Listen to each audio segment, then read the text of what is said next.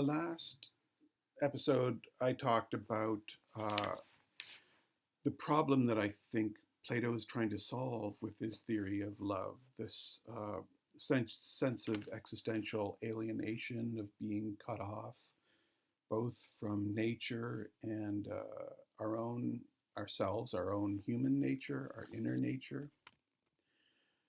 That's both unique to humankind and also, I think, universal. And it's another side. It's sort of the price of being a species that thinks. Um, I suppose we have no way to know for sure that animals don't have experiences like these, but uh, to my mind, if they did, they don't seem to show them. Um, you can see Chloe here seems more or less in the moment and not plagued by the same sort of anxiety, existential anxiety, or sense of separation from the world or herself that we humans do. Anyway, I also mentioned that this problem might sound sort of abstract compared to the struggles that we all face every day, and even more so compared to the struggles that people on this planet who are less well off face every day. Um, and I think it's true that most of the time it's not front and center in our minds. But at the same time, I don't think that makes the problem any less real. And that's what I'd like to talk about today. Um, I hope you can be patient with me for continuing to set up the problem before I go into Plato's solution, because I think it's really necessary, and I think it will help make Platonic love a lot clearer if we sort of lay this sort of groundwork. So, yeah, I think there's lots of evidence that this isn't just a modern problem or a sort of first world problem. If you look at a lot of traditions around the world and throughout history, you can see it cropping up, but just not. The vocabulary is different, and often it's expressed through images and legends and myths. But I think it's still talking about the same thing. There's just too much. There's just too much pointing at it being the same essential problem for it not to be.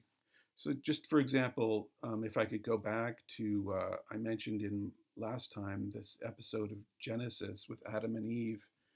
Um, After they've eaten the fruit of the tree of knowledge, the world is no longer a garden for them. They're not. It's not a place that they're in harmony with, and they're cast out of it forever. Um, they now have to work. So there's a sort of struggle there. Part of this being cast out is a struggle against oneself and against nature that we see in work. And I I don't have as much time as I would like to familiarize with all of these traditions throughout the world. I would love to, but from the little knowledge that I have of religions in elsewhere, like Hinduism, Buddhism, Jainism, and uh, Taoism, maybe not necessarily, maybe religions aren't exactly the right term, but these traditions of thought all seem to have similar concepts. In India, there's this concept of samsara, which means both wandering and the world the world in the sense of this um, cycle of repetition, in which the soul is not. It's a place where the soul fundamentally is not at home. It's alienated from. It longs to be delivered from it. And also in these traditions, we see alienation not just from the world, as I keep saying, but from the self. When Adam and Eve are expelled from the garden, they feel their shame. They want to cover themselves up. They feel kind of discomfort with their natural selves. And then there's, in the New Testament, there's this famous line from St. Paul's letter to the Romans: have the desire to do what is good, but I cannot carry it out. For I do not do the good I want to do, but the evil I do not want to do, this I keep on doing. So we see this sense of struggle with the self. And in Buddhism, for example, and these other traditions in India and China, in Buddhism, it may seem strange to talk about self division, since Buddhism, as I understand it, or some branches of it, teach that there is no self. But these various traditions, what they seem to have in common is this idea, this ideal of non-attachment. So that implies a kind of struggle within the self, if there's something within us that wants to attach.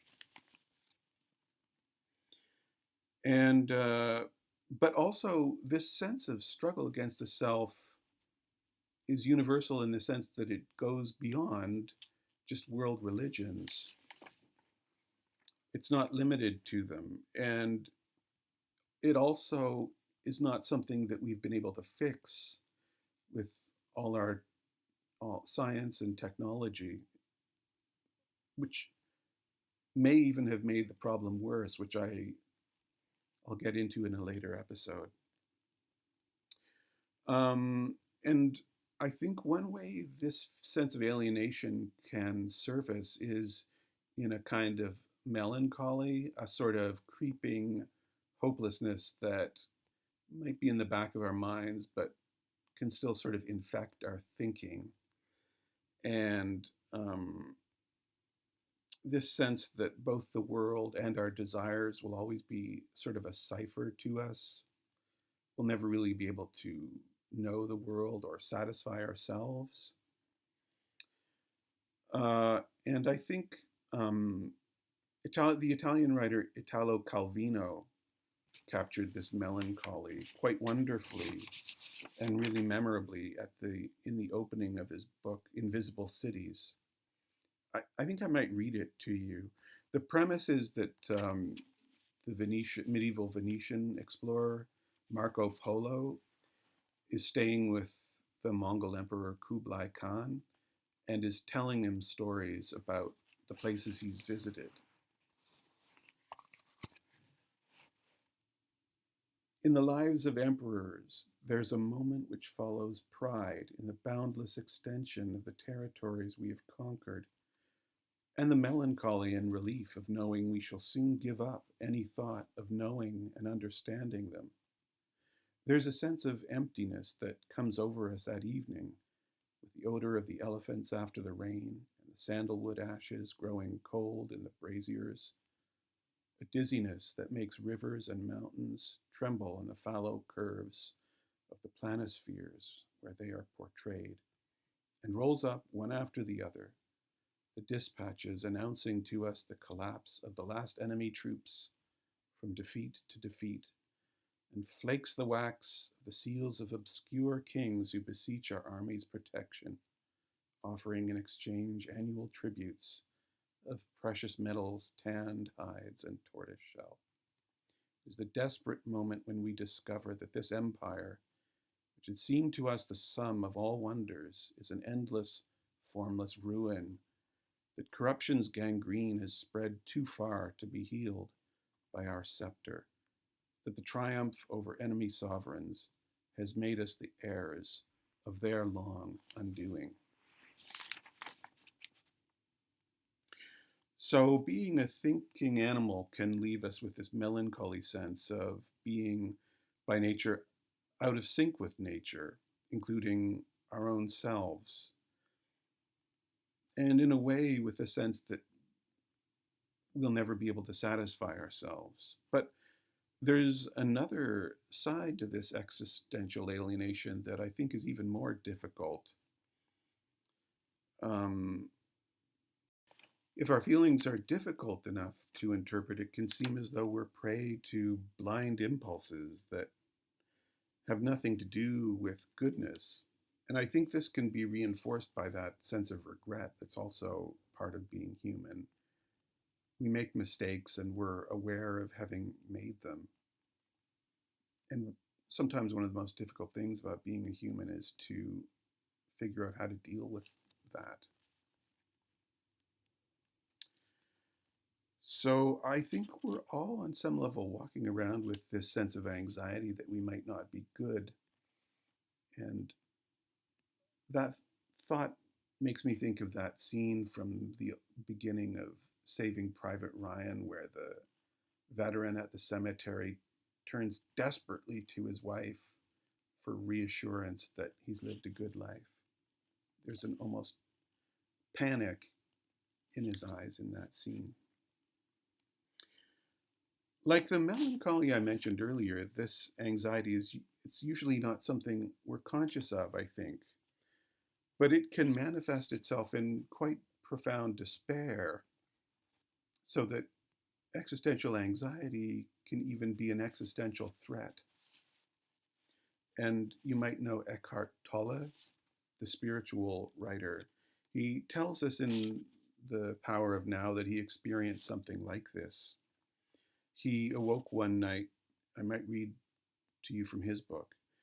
He awoke one night to a particularly powerful anxiety arising from a sense of being alienated from himself and the world, and he thought the cause of it was thinking.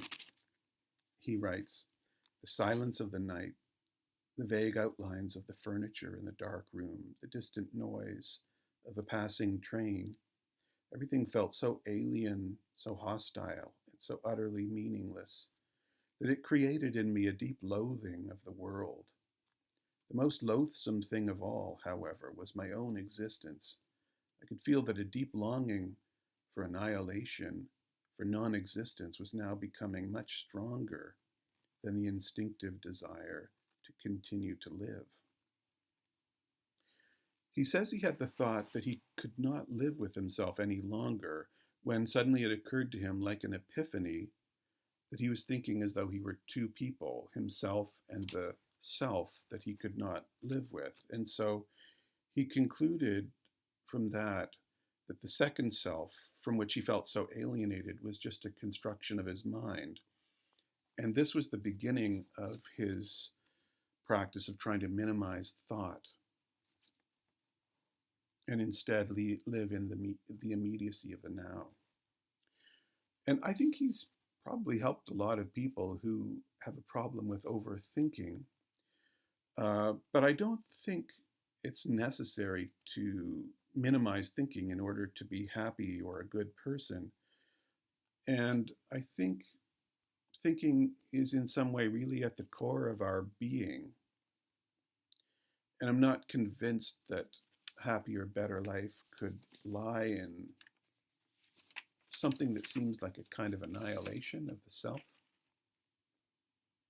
And anyway, it's clear from Tolle's own description of his episode that he was in a way saved by thinking. This epiphany he had was a thought.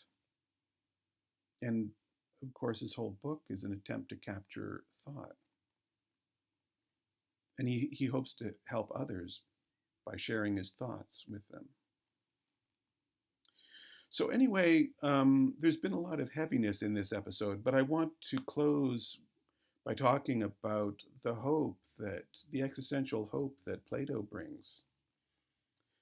It's a way to, I think it's a, Plato's teaching on love is a way to heal this existential alienation that we all suffer from.